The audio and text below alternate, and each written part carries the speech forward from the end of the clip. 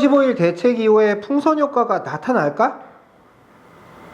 아니면 규제가 워낙 세다 보니까 거래량이 줄어들고 아예 집값은 다 잡힐까? 많은 분들의 의견이 분분한데요. 이 부분에 대해서 좀 제가 개인적인 생각을 말씀드려 볼게요.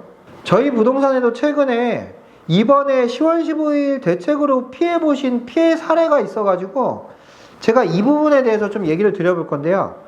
사례를 들어보시면은 규제로 인해서 패닉바잉이 왜 생겨나는 건지, 그리고 또 풍선 효과는 왜 나타날 수밖에 없는지 이해하시는데 좀 도움이 되실 겁니다.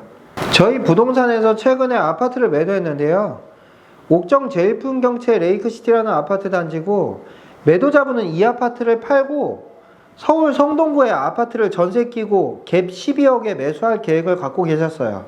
그러면서 살고 있는 집은 팔고 본인은 별내 쪽에 월세로 지내면서 성동구에 아파트를 하나 전세 끼고 사두려는 계획이었는데요. 이분이 왜 이렇게 계획을 세우셨던 거냐면, 이제 6월 27일 이후에 대출 규제가 나오다 보니까 서울이 대출이 많이 나올 수가 없는 상황이 돼버린 거잖아요. 그래서 대출 가능 금액이 최대 6억까지밖에 안 나오기 때문에 성동구에 가서 살고 싶었던 아파트가 있는데 가지고 계신 12억 가지고는 살 수 없었던 상황이었단 말이에요. 그러니까 일단 살고 있는 집을 매도하고 거기에 전세를 끼고서라도 일단 사두었다가 나중에 입주하려는 계획을 세워두셨던 거예요. 이분이 투자자인가요? 아니면 실거주자인가요? 전세 끼고 사면 무조건 투기꾼이라고 생각하실 수도 있는데, 이분들은 제가 볼 땐 너무나도 서울 그 지역에 가셔야만 하는 상황에 있는 실거주자였어요. 그래서 저희가 옥정 제일풍경채를 팔아드렸고요. 10월 9일날 계약서를 작성하게 됩니다. 그런데 매수자가 또 대출을 일으켜줘야 되는데, 대출 관련해서 규제 사항들이 워낙에 많다 보니까 은행에서도 막 혼란스러워가지고 아무리 봐도 대출이 안 나올 이유가 없는 매수자인데도 대출 관련해서 된다 안 된다 확답을 못 한다고 하더라고요. 그래서 보금자리론 대출을 신청하려면 매매 계약서상에 대출이 불가능할 시 계약금을 반환하기로 한다는 특약을 넣어야만 대출 신청이 가능하다고 말씀하시더라고요. 그렇다 보니까 저희는 또 매수가 그렇게 해야만 대출 신청이 가능하니까 매도인한테 부탁을 드렸죠. 은행에서 그런 특약을 넣어야만 대출 신청이 가능하다고 하니까 그런 특약을 좀 넣어주실 수 있냐고 부탁을 드렸고, 매도인도 뭐 그런 부분은 이해하고 흔쾌히 동의하셨습니다. 그래서 대출이 불가할 경우에 계약금을 반환해 주기로 한다는 특약을 넣고서 2주 정도의 은행 대출 심사 기간을 드렸어요, 매수인분한테. 그리고 나서 매도인은 성동구에 사고 싶었던 아파트 단지를 알아보러 다니셨고요. 그 단지에 마음에 드는 아파트가 있어서 여기 바로 계약할 수 있냐고 저한테 전화가 와서 막 물어보셨고, 저희는 계약은 하실 수는 있지만 매수인이 대출이 불가능할 경우에 계약금을 반환해야 한다는 특약이 있기 때문에 혹시 모를 상황은 저도 책임질 수는 없다고 말씀을 드렸어요. 그러고는 대출이 나오는 게 정확히 확실해지면 2주만 지나면 나오는 거니까 그 후에 계약하는 게 안전하지 않겠냐 설명을 드렸었죠. 그런데 당시에 성동구에서는 무언가 대책이 나올 것 같은 분위기가 감지되고 빨리 결정해야 된다는 분위기들이 많이 있었나 보더라고요. 그래서 매도자분이 저한테 전화를 해서 대출 관련해서 이게 되는지 아닌지 빨리 좀 확인을 해달라고 막 닥달을 하시는데, 저도 뭐 어쩔 수가 없잖아요. 은행에서 확인을 해줘야 되는 거고. 그래서 매수인한테 좀 이거 대출 나온지 빨리 좀 확인해달라고 부탁만 좀 드리고 있었습니다. 그렇지만 매수자도 은행에 물어보는 것도 한두 번이지 대출 심사를 부동산에서 하는 것도 아니고 은행에서 2주 정도 걸린다, 심사 기다려라, 이렇게만 하고 있는 거예요. 그러니까 답답한 건 매도자분이셨고, 결국에는 그런 특약을 왜 넣어줬냐고 저를 원망하는 상황까지 발생했습니다. 저희가 그렇게까지 될 상황이라고 볼 수도 없었고요. 당연히 계약 전에 매수인의 요구사항을 말씀드리고 안 되면 어쩔 수 없지만 해준다고 하셨으니까 감사한 마음을 갖고 계약한 것밖에 없잖아요. 그러다 보니까 대출 심사가 끝날 때까지 매도인은 혹시 몰라서 성동구의 집을 매수하지도 못하셨던 거고, 저희도 그냥 그 대출이 빨리 심사가 될 때까지 기다리고 있었던 상황이에요. 그런데 그 사이에 10월 15일 날 서울 전역이 토지거래 허가구역으로 묶여버렸어요.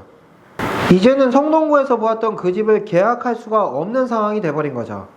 토지거래 허가구역이 묶여도 실거주만 하면 되지 않겠냐 말씀하실 수도 있지만, 대출 규제로 대출도 안 나와서 어쩔 수 없이 전세 끼고 사야 하는 상황인데 이제는 새끼 물건은 거래 자체가 불가능해진 상황인 거죠. 그래서 매도인 같은 경우는 내 집은 팔았는데 사려고 했던 서울집을 못 사는 상황이 발생을 했고요. 그 후에 토지거래 허가구역이 지정이 되면서 매도인은 며칠을 울고 그러셨어요. 계약 파기에 대한 이야기까지 나오는 심각한 상황이었습니다. 제가 중개하면서 겪은 너무 안타까운 사연이었다고 생각을 하고요. 이번 10.15 대책의 피해자예요. 정신없는 시간이 지나고 나서 매도자분은 저희한테 그동안 너무 경황이 없어서 부동산이 잘못한 것도 아닌데 너무 닥달하고 원망했다. 그런 부분 죄송하다는 말씀을 하시는데 저희도 너무 마음이 아팠습니다. 그런데 그럼 이분은 그냥 가만히 있으실까요? 그냥 앉아서 울고만 계실까요? 곧 정신을 차리실 거예요. 그러면 안 되겠다. 내가 가진 12억으로 살 수 있는 최고의 집을 사겠다. 이렇게 하면서 움직이시겠죠. 아마 성동구에 원하는 단지가 안 되면 그 옆에 다른 단지라든가 동대문구나 성북구나 광진구에서 본인의 자금 여력에 맞는 집을 계약하실 거라고 봅니다. 이게 풍선 효과예요.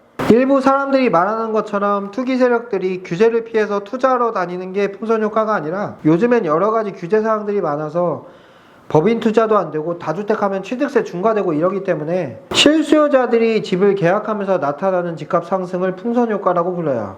실제 내가 가진 자금 상황에 맞는 집을 찾아서 계약을 하는 거예요, 그냥. 그래서 서울 전역이 규제 지역으로 묶이면서 대출이나 토지거래 허가 지역이나 여러 가지 사항들로 주택거래가 어려워지면 시장에서는 그냥 가만히 보고 있지 않아요. 대출 규제가 적게 나오면 자금 사정에 맞춰서 또 가능한 집을 찾게 되고요. 거래가 편한 비규제 지역인 동탄이나 남양주, 김포나 의정부 같은 지역으로 수요가 이동을 하게 되겠죠.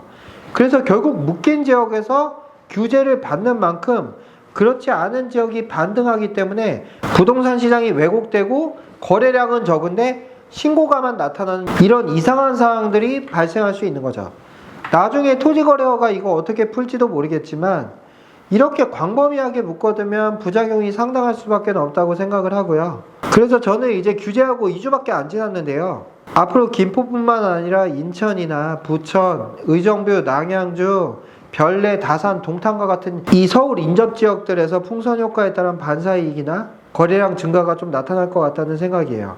앞으로 거기에 오르면 또 토지거래가 허가구역 더 묶으면 되지라고 생각하실 수도 있는데 이 규제가 상당히 중독성이 있는 마약 같은 거라고 생각을 해요, 저는. 원인을 파악을 해서 당장 공급이 어렵더라도 앞으로 공급이 가능해지는 그런 방향으로 시간이 걸리더라도 고쳐나가야 할 텐데 지금은 그냥 아프다고 진통제만 먹고 진통제 점점 더 강한 진통제를 찾고 아픈 건 점점 심해지고 이런 상황인 것 같습니다. 이렇게 규제를 계속하고 그러다 보면 나중에는 수도권 외곽까지 다 규제할 수도 있겠죠. 막 동두천도 할 수 있고 파주나 아니면 저기 군사 접경지에 있는 실미도 같은 데도 섬도 전부 다 규제하는 상황이 나타날 수도 있어요. 과거에도 그랬잖아요. 실미도 같은 섬에서 주택 거래할 때도 규제 지역이라서 자금 조달 계획서 다 써서 내고 그랬잖아요. 그래서 저는 지금 집값이 오르냐 내리냐 이런 것보다도 이렇게 된 원인이 무엇인지를 파악하는 게 중요한 거라고 생각을 하고요. 그래서 지금 서울 전역을 토지거래 허가로 다 묶었는데 이걸로 서울 집값 급등의 원인이 해결되었는지 아닌지만 보시면 될 것 같아요. 원인을 찾아서 해결하지 못하고 계속 수요 규제하고 서울 집값 오르는데 수도권 외곽 지역에 공급 대책 내고 도저히 안 되겠다. 토지거래 허가구역으로 거래를 원천 차단한다. 이런 식으로 나오는데 앞으로 어떻게 될까요, 이게? 저는 이런 방식으로는 집값을 잡을 수도 없고요. 또 주변 지역으로 풍선 효과가 올 수밖에 없다는 생각을 하고 있습니다.